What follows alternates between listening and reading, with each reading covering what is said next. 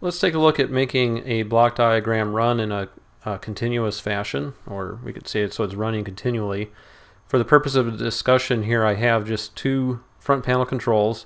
I'm generating a stream of random bits and then viewing that on a waveform plot, similar to the kind of things you were doing earlier in this project. Now, as you know, when you press run, it simply starts at the left side, the data flows through to the right side, and then it quits. If you change a value on the front panel, you have to run it again before you see any change brought on by that front panel control. Even if you change things like plot options, you'll need to run it again before you can see something different.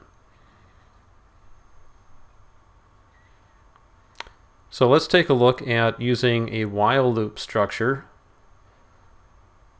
And the while loop structure will continually repeat its contents of that panel until the stop condition becomes true. So we can create a control and wire that directly to the stop condition, and then pressing that button called stop will terminate the loop. So here we see the loop cranking away pretty fast, and we see that changing our front panel controls causes an immediate response. It's always a good idea to break out of the while loop by pressing the stop button instead of using the abort button, which is the little red stoplight up top. Now what I'm working on is pacing the loop. I'm using the wait until next millisecond multiple node, and this wants its value in terms of milliseconds. 1000 milliseconds means that the loop evaluates once per second, and we can see that showing up nicely here. If we'd like to make it a little bit more responsive, perhaps updating it once every 1/10 of a second, simply set this value to 100. And that gives us pretty good response without actually making the loop go incredibly fast. So 10 times per second is probably a pretty good value for good interaction feel.